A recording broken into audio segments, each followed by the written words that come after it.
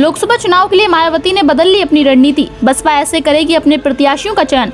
लोकसभा चुनाव हुआ दिलचस्प। इस रणनीति के जरिए लोकसभा चुनाव में बसपा बिगाड़ सकती है सपा और बीजेपी का समीकरण। एनडीए और इंडिया पर भारी पड़ सकती है मायावती। लोकसभा चुनाव में किन प्रत्याशियों को मायावती उतारेंगी चुनावी मैदान में, इस रणनीति के जरिए होगा प्रत्याशियों का चयन।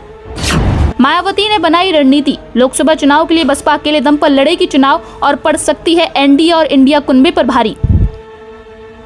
उपचुनाव के बाद अब लोकसभा चुनाव के लिए सभी पार्टियों ने तैयारी को और धार देना शुरू कर दिया है, जिसके तहत जहां एक तरफ इंडिया और एनडीए कुनबा लोकसभा चुनाव में उत्तर प्रदेश के साथ साथ अन्य प्रदेशों में भी ज्यादा से ज्यादा सीटें जीतने के लिए मेहनत कर रहा है, तो वहीं दोनों ही पार्टियों ने उत्तर प्रदेश पर खास फोकस बनाया हुआ है, क्योंकि उत्तर प्रदेश में लोकसभा की सबसे ज्यादा 80 सीटें आती हैं।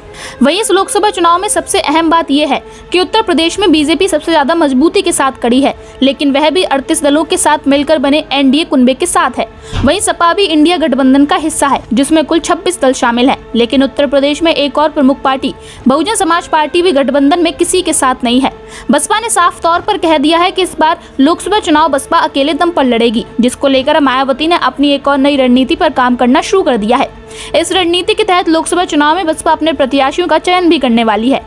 इंडिया और एनडीए गठबंधन से इतर अकेले चुनाव लड़ने की कवायद में जुटी बहुजन समाज पार्टी ने अब अपने प्रत्याशियों के चयन का फॉर्मूला तय कर लिया है। बहुजन समाज पार्टी की नेता मायावती आजकल आगामी लोकसभा चुनाव के लिए उत्तर प्रदेश की 80 सीटों पर प्रत्याशियों के चयन का फॉर्मूला तय कर रही हैं। इस चुनाव में मायावती जिताऊ प्रत्याशियों पर ही जोर लगाना चाहती हैं। नगर निकाय चुनाव में मिली करारी हार के बाद बसपा लोकसभा चुनाव में अपनी पुरानी गलतियां सुधारने हेतु प्रत्याशियों के चयन का मन बना रही है। निकाय चुनाव में बहुजन समाज पार्टी ने मुस्लिम कार्ड खेला था, लेकिन तब उसे करारी हार का सामना करना पड़ा था। अब लोकसभा चुनाव के लिए प्रत्याशियों के चयन की प्रक्रिया में मायावती ने क्षेत्रीय समीकरणों में फिट और जिताऊ प्रत्याशियों को टिकट देने का फॉर्मूला तय कर लिया है। इस फॉर्मूले के तहत मंडलीय प्रभारी प्रत्याशियों के अंतिम चयन को अंतिम रूप देने में जुटी हुई है। उन्होंने कई लोकसभा सीटों पर 2 से 3 प्रत्याशियों के चयन पैनल को भी तैयार कर लिया है। मायावती जल्द प्रत्याशियों के नामों को फाइनल करेंगी। प्रत्याशियों की सूची संबंधित प्रभारी स्क्रीनिंग करने के बाद केंद्रीय कार्यालय को भेज देंगे।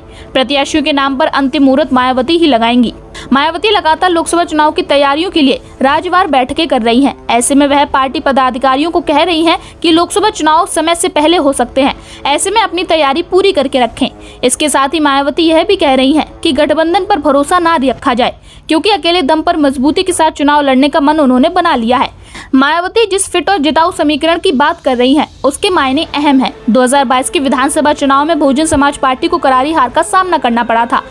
इसमें उसे मात्र 1 सीट मिली थी, जिसके बाद हुए नगर निकाय चुनाव में बीएसपी ने मुसलमानों पर फोकस किया और 17 नगर निगम सीटों में से 11 नगर निगमों पर मुसलमानों को प्रत्याशी बनाया। इसमें भी बसपा का खाता नहीं खुल सका। इन सबसे सबक लेते हुए मायावती और उनकी पार्टी ने तय किया है कि किसी एक वर्ग और जाति के आधार पर मजबूत दावेदारी पेश नहीं की जा सकती। इसलिए हर सीट पर ऐसे प्रत्याशियों को तवज्जो दी जाए जो अपने क्षेत्र में पकड़ रखते हों। अनारक्षित सीटों पर मायावती ऐसे प्रत्याशियों को प्राथमिकता देने की कोशिश में है जिसके वोटर ज्यादा हों।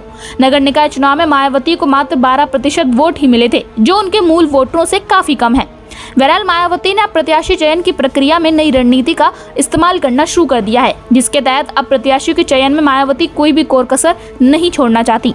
ब्यूरो रिपोर्ट, मीडिया हलचल यूपी यूके।